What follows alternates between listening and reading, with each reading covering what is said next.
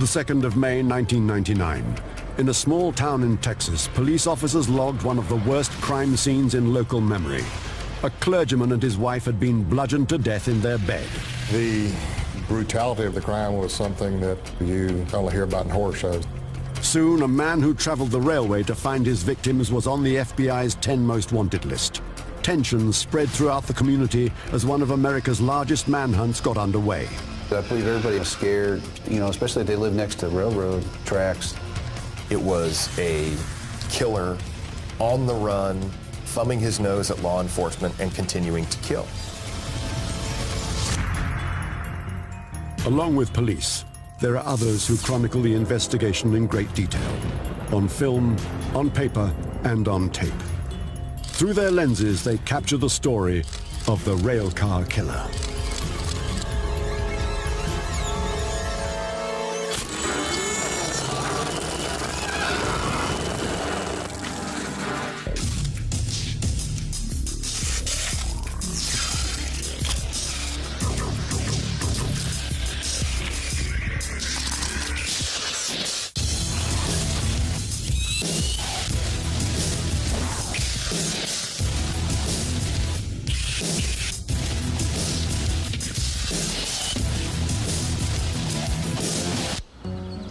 By all appearances, West University Place, Texas, is a tranquil place, a residential area close to Houston. The tree-lined streets provide a sanctuary from the bustle and tension of the city. West University Place has a population, by and large, upper middle class to upper class people. People like to move into there, especially people who want to live in the city and have city atmosphere, but yet their little neighborhood gives them a sense of a community. The crime problem there is essentially very low. The 16th of December 1998, Dr. Claudia Benton was a well-known and respected doctor, devoted to her work. She lived in a house near the railway line with her husband and 2 daughters. Houston is a center in the world for medical research, and she was one of the leading researchers in the community. She was a very well-liked lady, quite a professional. In the evening hours, Dr. Benton was saying goodbye to her husband and 2 daughters who were on their way to Arizona to visit family before the Christmas holidays. So Dr. Benton was alone in the house. She had a presentation to deliver the next morning and was working late in her bedroom upstairs. It appears that she had been watching TV and working on her laptop computer, that she may have just gradually fallen asleep, say sometime before midnight. The 17th of December, morning. Dr. Benton failed to arrive to give her presentation. Waiting friends and colleagues became anxious. Several of her co-workers had called the police department wanting us to go by the house to do a welfare check. No one was able to get in touch with her all day long. That afternoon, local police officers went into the house. There were signs of a break-in, and several rooms were in a state of disarray. Upstairs, they found Dr. Benton dead beneath a blood-stained blanket. A butcher's knife lay nearby. And it was a gruesome crime scene. My initial thoughts, it was overkill. It was very, very violent. I went through the house to view everything. I had a scared feeling. I knew that the other officers had been through that house, but I myself went through and looked in every closet and every crack and crevice to make sure that the person who may have done this was not still there. I had never been involved with the case of this magnitude. It was clear to them that this was a very, very heinous crime and it was going to be pretty difficult to try and solve. Forensic experts from the Houston Police Department arrived to examine and process the scene of the crime. So we photographed the outside of the house. and then we work our way in, and then we just work our way toward where the actual victim is lying, and we'll photograph everything. When you get to a crime scene, you don't disturb anything. You try to photograph everything as it is. And then when the medical examiner starts taking the blankets off, then you start taking photographs as you're basically removing layers. Dr. Benton was found to have multiple stab wounds in her back and hands, as well as fractures to her skull, the latter inflicted by a bronze statuette lying on the floor. She had also been sexually assaulted. What they saw was devastating, that a person could be treated in such a way. Whoever killed her had a lot of rage. You know, so many murders, it's generally domestic. It's very rarely a stranger crime. And it became pretty clear from the beginning that this was going to be a stranger crime. We just realized that this, this is somebody differently that's very dangerous. And he was possibly some type of serial murderer just by, what was in the crime scene. The proximity of the railway line was also noted. There was probably 4 or 5 trains that came by, being 40 to 50 yards away from the railroad tracks. I was thinking to myself how convenient it would be to wait for a train to come by and get into a house, to be able to walk in the house, walk upstairs, and absolutely not be heard because of all the train noise.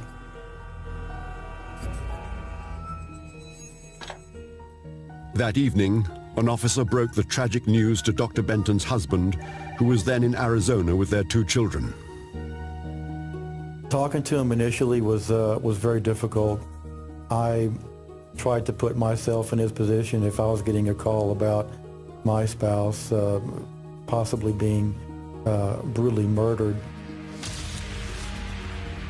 It was utter shock. At the same time, news of the murder spread, creating great alarm amongst local residents. The profile of the victim made it an intention-getting case. Also, the kind of grisly nature of the crime. Woman home alone, attacked, sexually assaulted, murdered, is enough to raise that profile and get anybody's attention. Because of the sexual assault, the coroner performing the autopsy was able to secure DNA samples from the killer's semen found on Dr. Benton's body. If police could track down a suspect, they might be able to associate him directly with the assault. The following morning, detectives began to interview Claudia Benton's friends and members of her family, seeking any information possibly related to the crime. They also accompanied her husband on a walk through the house, hoping he would see something out of the ordinary. Items were missing, including a stereo and some jewelry. He also noticed that his wife's Jeep had gone. As the keys had not been taken, it was concluded the suspect hot-wired the vehicle and used it to escape from the murder scene. In the garage, they found a piece of broken plastic. And when we looked at it further, we realized it was the housing from the steering column from the Jeep. When I looked at the underneath of the steering column, I could see fingerprints, 3 beautiful, distinct fingerprints, and I knew those had to have been from the suspect. I knew that we had something to go on. The prints were lifted from the plastic and entered into databases across America. As hoped, a match was turned up, but it was puzzling. The fingerprints seemed to belong to a shadowy figure from Mexico, who had gone by at least 9 known aliases in previous encounters with the law. The most common name he used was Rafael Resendez-Ramirez. The suspect was either 39 or 40 years of age. Rafael Resendez-Ramirez was truly a drifter. If there's a definition of a drifter, he fit that bill. His favorite mode of transportation was the train, and he would catch trains in the rail yards and go wherever they took him. When Dr. Benton's missing Jeep was found abandoned next to the railway line in San Antonio, police discovered Resendez fingerprints inside the vehicle. They now had a positive lead. Once that match was made, then you at least had a suspect, a real firm suspect, who had no reason to be in that car. She didn't sell the car to him, she didn't loan it to him, he didn't work for her, had no reason to be there. When I first heard the name and that we did have someone identified, I was very, very happy. The next step, though, obviously, is trying to find the guy, and I knew that would be probably one of the most difficult things. The search would grip all America, especially when a violent killer decided to strike again. January 1999. The police force in Texas was investigating the murder of Dr. Claudia Benton. Their prime suspect was a drifter from Mexico known as Rafael Resendez-Ramirez. I was able to make a timeline of his activities, pieced together from all the information that was in his file. I had pictures, old ID cards, and so forth, and he made himself look so different from year to year.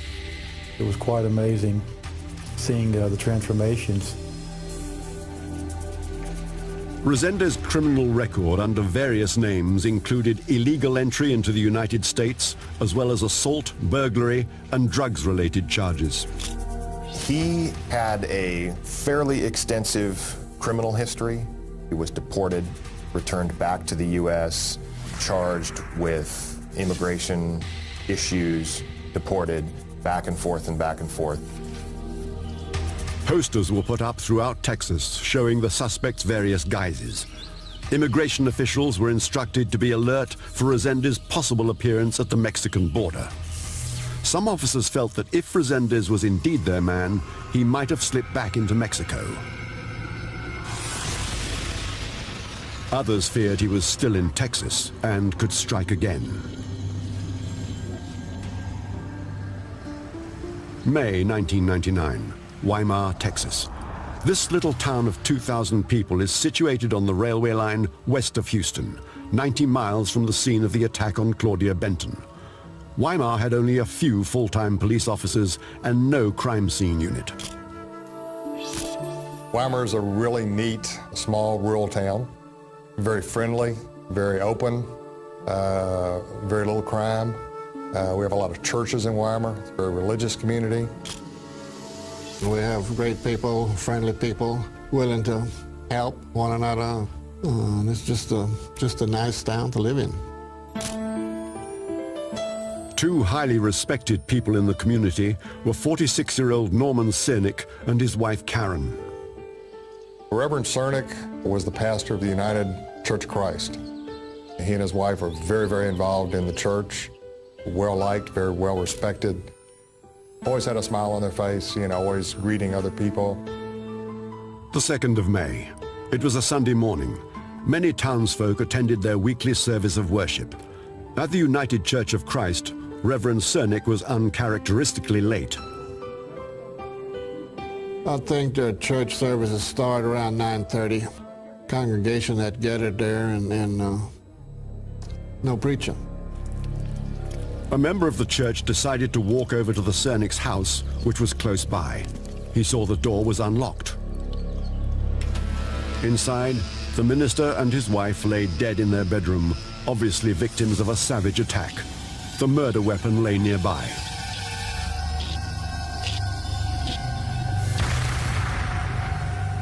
They were brutally assaulted in their sleep. They had been killed with a sledgehammer that had been taken from the garage of the Cernick's residence. They were both hit in the head with a sledgehammer. As the scene was cordoned off, word of the gruesome crime spread like wildfire through the small town, soon reaching the mayor, Benny Kosler. So I went up to the house where the Cernicks were, and then the chief was there. And I told him, I said, Chief, this is something new to both of us. I don't ever remember of a murder in Weimar. You immediately began trying to figure out, who in the world could have done something like this. This had to be some kind of drifter, You know, no one locally done this. I said, Bill, whatever this takes, do it, get it. I said, we'll worry about the dollars later. That afternoon, the police in Weimar received assistance at the scene from a nearby sheriff's office and also the Texas Rangers. You know, we collected all sorts of evidence. Pieces of food that we believe he may have eaten, to evidence from the bodies, evidence in the house. Fingerprints were taken all over every place. Just tons and tons and tons of evidence. Those familiar with the Claudia Benton murder near Houston were quick to point out the similarities between the incidents. Vehicles were taken, trinkets were taken from both scenes. The murders were brutal. Both occurred at residences which were very close to a railroad track. Karen Cernick had also been sexually assaulted. The autopsy provided a semen sample and a DNA profile of the killer. When compared with the profile from the Benton scene, forensic experts found a match. Rafael Resendez-Ramirez became a prime suspect for both crimes. Then we began to go, wow, where does this start? Where does it end? You know, we knew we had at least 3 homicides. How many more, we had no idea. A reward of $50,000 was offered for any information leading to the capture of the Mexican drifter. In the center of Houston, a growing FBI team began to coordinate efforts between state and local police forces. We've got to try to get this solved as quickly as we possibly can before he strikes again. What we did was immediately got in touch with the chief of police up in that area and the sheriff in those counties and let them know what we had down here. And we just sort of brought them in and put them on our task force. Officers scrutinized his aliases and stated dates of birth in order to establish any clue to his true identity south of the Mexican border. If they could track down any of his family or friends, they'd be a step closer to finding the man himself. At the same time, extra teams patrolled the streets of Weimar, keeping a close watch on the railway tracks. Police officer Bill Livingston tried to reassure the fearful townspeople that another attack in the same place was most unlikely. I had what I thought was a difficult job in that I was trying to pacify my citizens and let them know that everything was safe and they were secure. But at the same time, I had to keep up the hype on this individual. When folks hear the words serial killer, it becomes more to them than just a random crime. It becomes a premeditated act, and everybody's a potential victim. People that had never had guns before bought guns. People that had old guns stored someplace, got them out and put bullets in them. Everybody started putting bars in the windows and security systems and making sure that all the doors and windows were locked. I know my wife said she didn't realize we had that many windows in the house until she started locking them. People were scared, and rightfully so. The 4th of June, 1999.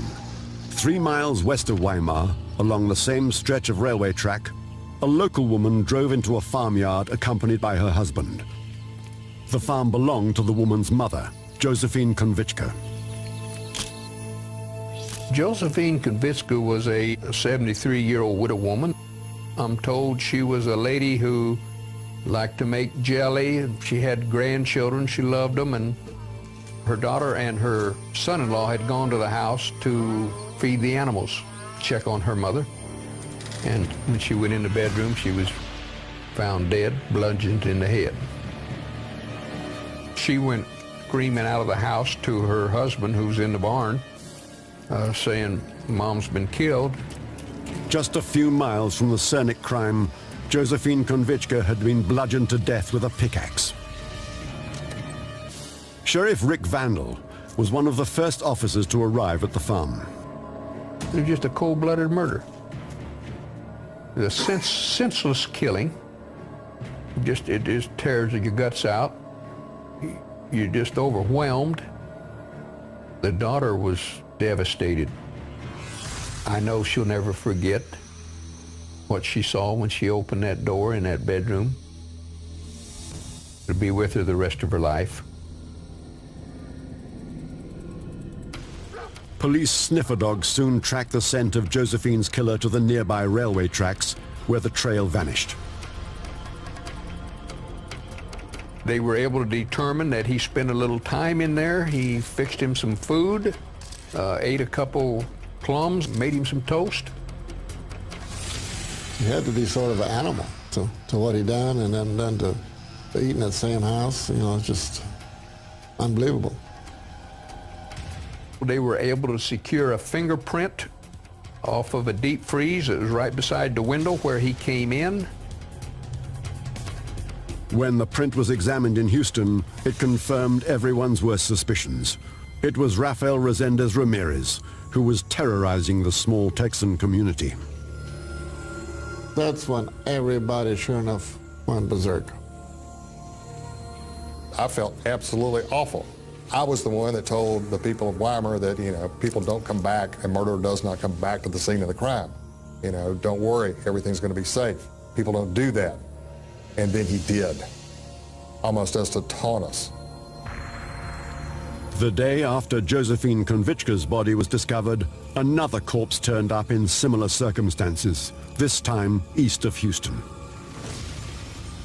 Noemi Dominguez, a 26-year-old schoolteacher, was found dead in her flat, which was also situated near the railway line.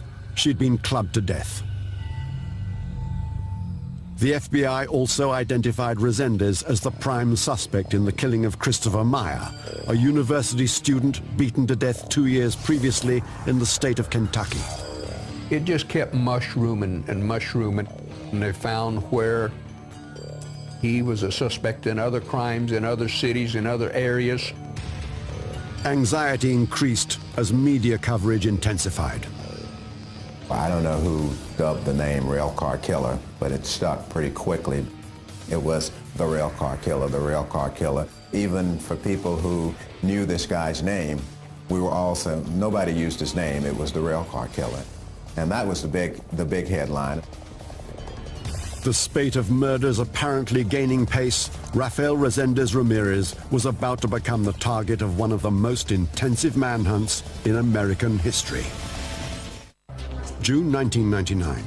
In Houston, Texas, an FBI task force, dozens of officers strong, searched high and low for Rafael Resendez-Ramirez, a drifter from Mexico, by then widely known as the Railcar Killer. He had murdered as many as 6 people. Some investigators thought he began with a plan to rob his victims, only to be overcome by an overwhelming compulsion to wreak violence on them. It certainly seems the intent may have been, I'll just steal goods, food, and feed myself and steal what I can of value that I think is of value. But when somebody showed up, or if they were already there, then that other inner demon came through and he had to do something. This was his pattern of technique, is to overwhelm them immediately with blunt force so that they would not be able to defend themselves. In Weimar, home of 3 of the victims, the Railcar Killer glared from wanted posters displayed all over town. The sound of each approaching train struck terror in everyone. This area was the target of Resendez-Ramirez. All the people who lived along where that train track goes were afraid. They were in fear. Many of them left home to go live with their siblings somewhere or other relatives. So you just wonder, is he going to be able to kill anybody else in your county here, or anybody's for that matter?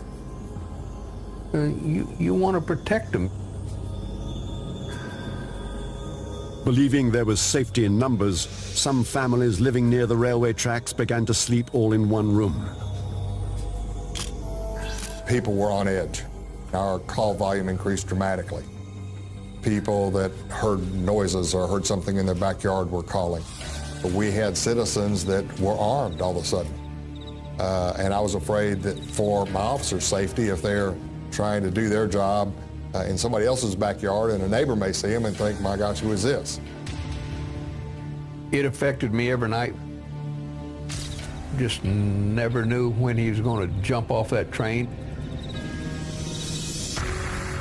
Officers the length and breadth of southern Texas combed abandoned stretches of track, looking for places where Reséndiz might camp out. Homeless shelters throughout the states also came under scrutiny. People knew who to look for, they just didn't know where he was.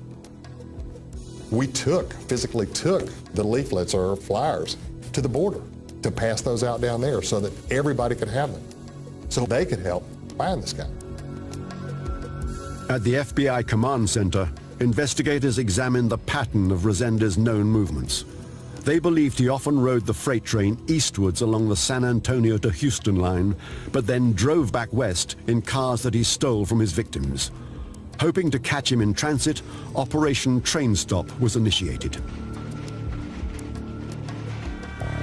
In June, 100 officers searched all eastward-bound freight trains as they stopped briefly at points. Dogs sniffed out fare dodgers, while helicopters above watched for escapees. I personally never realized how a person could hide on a train car. Yeah, I mean, it just seems to me like a big old boxcar. You're either sitting inside or you're not. But there's just a number of little places on there. Along another stretch of the railway line, police found almost 24 suspected illegal immigrants hiding in freight cars. Reséndiz, however, was not among them. We even built a platform in the back of our offices, in the back of City Hall, that stood up high enough where we could look down into boxcars, rail cars.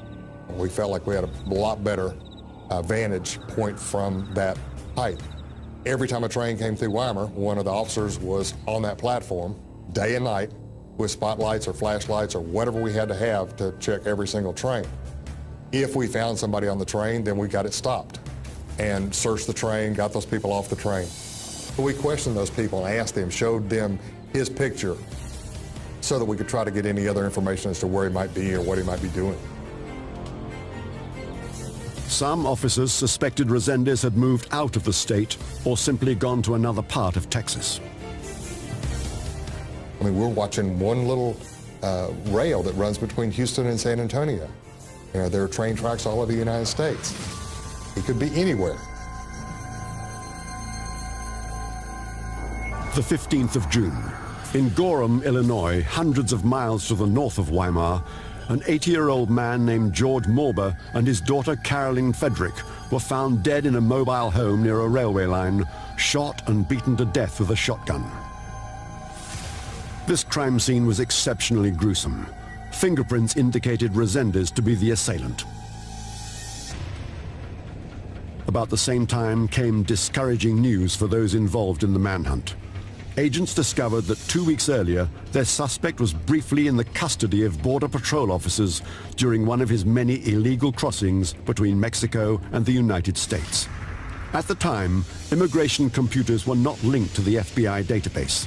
Therefore, when Resendiz's prints were entered into the system, immigration officials were not alerted to his status as a wanted man. 3 people had been killed since that day. The public was justifiably outraged, and it was difficult for folks to understand how such a high-profile criminal could be caught by a law enforcement organization and then promptly released.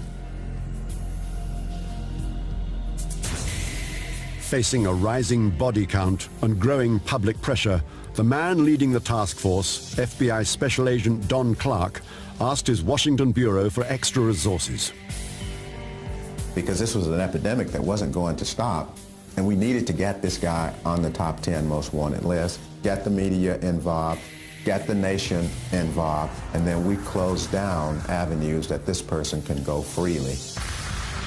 On the 21st of June 1999, Rafael Resendez-Ramirez, now a suspect in at least 8 murders, was added to the FBI's list of most wanted criminals, alongside notorious fugitives like Osama bin Laden. Being on that list added so many more resources to our capabilities to look for this person. It also gave us the opportunity to offer a substantial reward. Well, the FBI's top 10 list is what gained the national attention and started pushing the case onto the national newscasts. We had 24 hours around the clock going, and then it got to almost a personal point. We didn't want to have to live with knowing that somebody else had been killed before we got our hands on this guy. It was a fixture on our news on a daily basis. Every newscast, there was something about the search for him. People were hearing trains every place, to include myself. They wanted us to catch this guy at all costs. In following up one of their best leads to that point, the investigators established Rafael Resendez-Ramirez's true identity south of the border. According to a birth certificate found in Puebla in Mexico, he was born Ángel Leoncio Reyes Recendis on the 1st of August 1959. The search then led them to the Mexican town of Rodeo. It soon became clear that their suspect had been leading a double life. Inhabitants of Rodeo immediately recognized the face on the FBI's wanted poster as Ángel Resendez, an unremarkable local man with a common-law wife and a young child. But although he drifted, it's unusual because he frequently went back to his family, and he frequently had contact with some of the family members. His common-law wife claimed she hadn't seen her husband for at least 2 weeks. She admitted he often went to the United States, but refused to accept he was capable of violence. It was very important to us to try and get the family involved in this, to bring him in to us so that justice could be served. You love your loved one, the best thing to do is to assist in this investigation and try to get him to turn himself in, or you assist us in turning him in. The police also learned that Resendez had a half-sister in the United States. His sister was in New Mexico. The initial phone call with her was just to ask her if she had had any contact with her brother, if she knew where he might be. I didn't get a whole lot from her at the time. What she told me is she hadn't seen him and had much contact with her brother. As police kept in touch with the Railcar Killer's family, the intense media coverage of the manhunt also brought an endless flow of information from the public. Because the most important thing was to be able to have an entrance point for people to call in from any place in the country about tips that they may have. And then the second is to be able to sort through these as quickly as we could. At one point, more than 1,200 calls had come in to the FBI's command center saying, "I've seen him here. No, I've seen him here. I've seen him here." In Kentucky, a woman contacted the police claiming she had recently spoken to a Hispanic man matching Resendez's description. Investigators swept through shelters for the homeless in the state looking for any sign of him. In Columbus, Ohio, police stopped a train and scoured the vicinity with dogs after a witness claimed to have spotted Resendez on board. We would have analysts to be able to go through these and try to sort through and prioritize these tips. Do we think that this person could have gone from here to there in the last 24-hour period, that we really think that he was over to this location? Most tips came from the area around the stretch of railway between Houston and San Antonio, where the residents remained on high alert. When police officers searched Resendez's wife's home in Mexico, they confiscated numerous pieces of jewelry given to her by her husband. Photos of the valuables were shown to the families of victims north of the border. Many identified the items as belonging to their deceased relatives, piling on further evidence against the FBI's prime suspect. In early July 1999, it was announced that Resendez was now the prime suspect in a 9th murder, that of 87-year-old Leafy Mason, found beaten to death the previous autumn in Hughes Springs, Texas. At the same time, police kept talking to the Railcar Killer's family. hoping they would convince the suspect to turn himself in. The manhunt now reached fever pitch, and the dialogue with the family started to bear fruit. Resendiz's half-sister began to make overtures to the police concerning her brother's possible surrender. Phone calls became a little bit more consistent between her and the team that was talking to her, and it started to appear that she was really moving towards that point of making this happen. A Texas Ranger, accompanied by FBI agents, met the woman in New Mexico. The sister admitted she had been in contact with Resendiz, who was in hiding in Mexico. Facing almost certain capture if he ever surfaced in America, he was willing to discuss his options. As they spoke, she relayed information by phone to other relatives south of the border who were presumably in direct contact with Resendiz himself. I think one of the most significant parts of this is that she was able to get them to understand that this was not going to go away. So you can go this way, or eventually you're going to be captured one way or the other. Some people thought that Resendiz was afraid of bounty hunters in Mexico, motivated by the reward of $125,000. Even though he could face the death penalty in Texas, he would presumably prefer to be captured alive rather than dead. The one promise that you could make is that if he turns himself in, we will ensure his safety, and nobody's going to shoot him on the spot or something of that nature. But you have to be clear that he's going to go before the justice system, and whatever happens, you know, justice will be done. The FBI were able to essentially get in with family members and convince them that it was in his best interest to turn himself in. A tentative agreement was reached. According to Resendiz's half-sister, one of the most wanted men in America would arrive at the U.S. border early the next morning. The news was transmitted to the FBI command center in Houston. While some expressed skepticism, others hoped the endgame of their massive manhunt was finally approaching. The 13th of July, 1999, early morning. Close to El Paso, Texas, police officers moved into place on the American side of the bridge that led to Mexico. If Resendiz actually showed up, the Railcar Killer may finally be taken into custody. If he didn't, he would remain free and capable of killing again.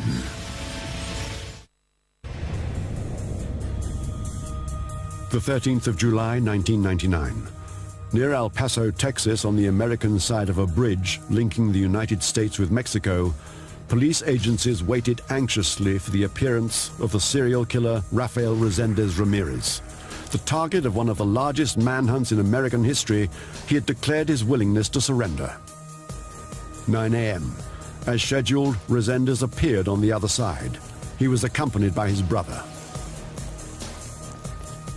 A Texas Ranger went out to meet him, joined by the fugitive's sister and a priest.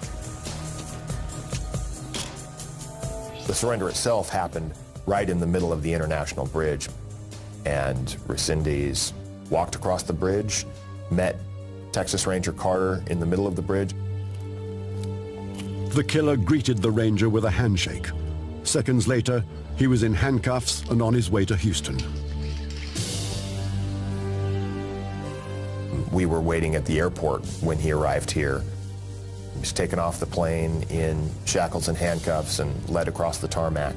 I expected to see maybe someone who was kind of beaten down, and he struck me as not the slightest bit concerned about the fact that he was in custody.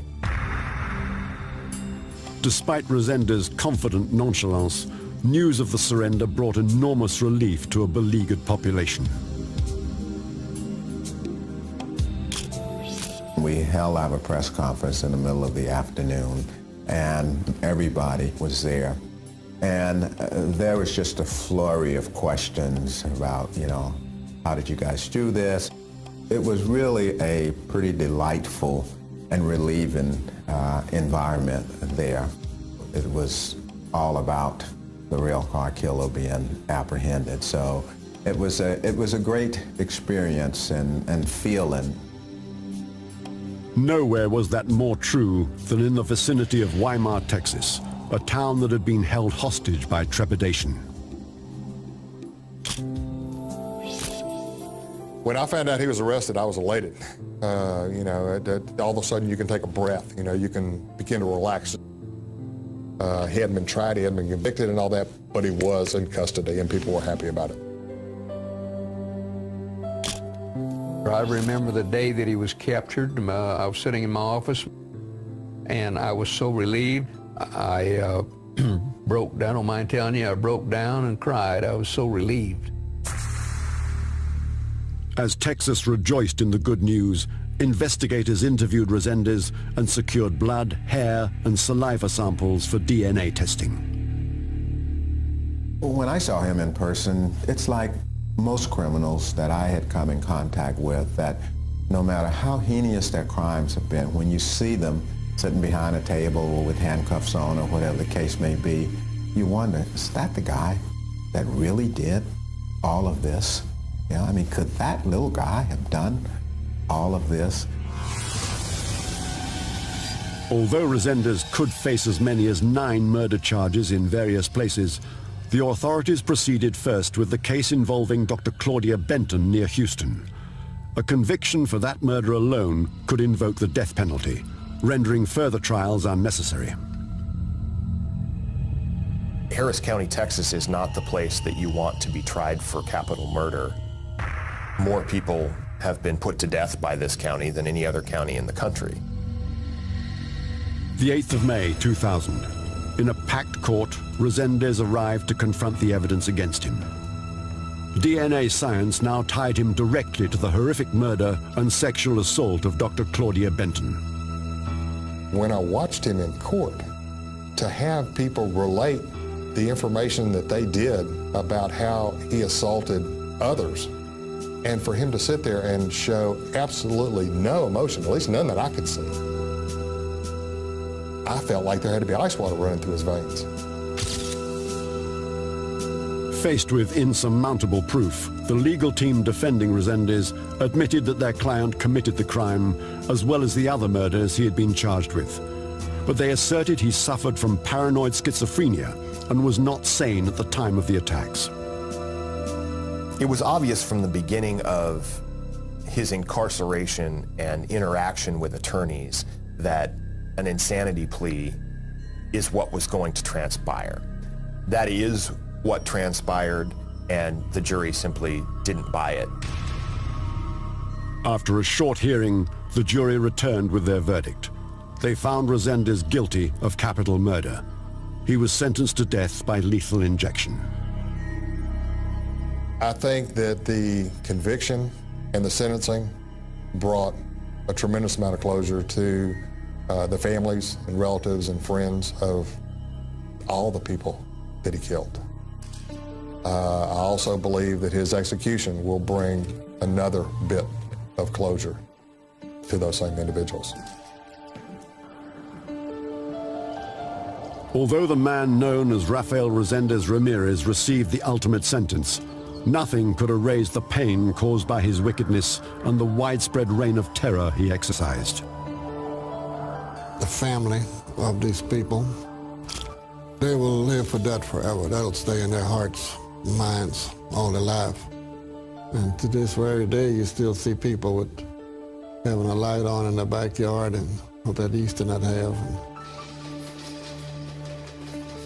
I never realized that where I live, I could hear a train whistle or a train going through, but now I can hear every train whistle. Or I go across a railroad track and I see a train going across. I'm trying to look and see, where would a person be hiding on that train? It's an open car. Where would they be hiding? It'll just be great to know that this guy will be put away. I'm sure he has family. I feel for his family. But, you know, for the things he has done, he needs to go. For me, the case won't be over really until the death penalty is administered.